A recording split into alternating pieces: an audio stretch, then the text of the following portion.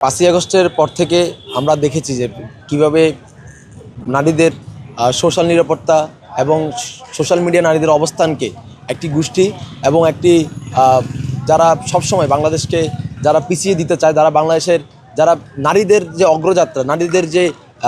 এগিয়ে যাওয়ার যে প্রেরণা, যারা নারীদের সামনে চলার যে প্রেরণা, এটাকে যারা নষ্ট করতে চায় এবং যারা ভাবে যে নারীরা যদি এগিয়ে যায়, নারীরা যদি সামনের সারিতে চলে যায়, তাহলে যাদের মানে নারীর নেতৃত্বকে যারা আসলে ভয় পায়, তারাই আসলে নারীদের এই যে এগিয়ে যাওয়াটাকে তারা সবসময় বাধা হিসাবে দেখে। আপনারা দেখেন ঢাকা বিশ্ববিদ্যালয় ক্যাম্পাসে কিন্তু কখনো নারীদের নিরাপত্তা নিয়ে খুব একটা বেশি সমস্যা ছিল না, কিন্তু বিগত 5ই আগস্টের পর থেকে শুরু করে দেখেন ঢাকা বিশ্ববিদ্যালয়ের শিক্ষার্থীরা এবং ঢাকা বিশ্ববিদ্যালয়ে একটি গ্রুপ দাঁড়িয়েছে যারা আসলে নারীদেরকে কোনোভাবেই সহ্য করতে পারছে না। আপনারা দেখবেন যে একটা মেয়ে যখন শহীদুল্লাহ হলে তার হাজব্যান্ডকে নিয়ে গেছে, যেখানে দম্পতি স্বামী এবং স্ত্রী দুজনেই ঢাকা বিশ্ববিদ্যালয়ের শিক্ষার্থী এবং তাদের সাথে আরও ঢাকা বিশ্ববিদ্যালয়ের শিক্ষার্থীরা ছিল। সেখানে একটি মেয়ে যখন শহীদুল্লাহ হলে খেলা দেখতে গিয়েছে, কারণ আপনি দেখবেন যে খেলা দেখার বিষয়টাতে দেখে আমাদের মহসিন হল এবং টিএসসিতে অনেক মানুষ হয়, বাইরে বহিরাগত থাকে, এই জন্য যেই মেয়েরা সেফ ফিল করে তারা হয়তো জগন্নাথ হল নতুবা হল পার নতুবা শহীদুল্লাহ হলে যায়। কিন্তু এই খেলাটাকে কেন্দ্র করে এই যে শিবিরের যেই শহীদুল্লাহের যে নেতা নারী শিক্ষার্থীর উপর মব করেছে এবং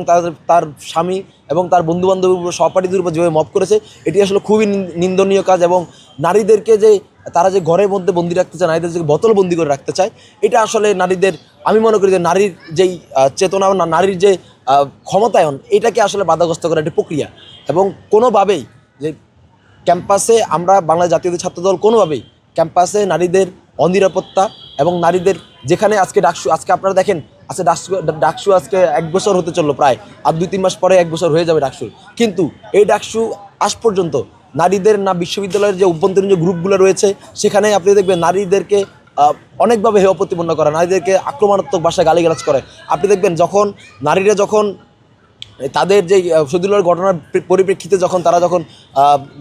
প্রতিবাদ স্বরূপ যখন তারা কর্মসূচি দিয়েছে যে তারা পরের দিন শহীদুল্লাহর খেলা দেখবে, তার বিপরীতে ছাত্র শিবিরের নেতাকর্মীরা সেখানে তারা লিখেছে যে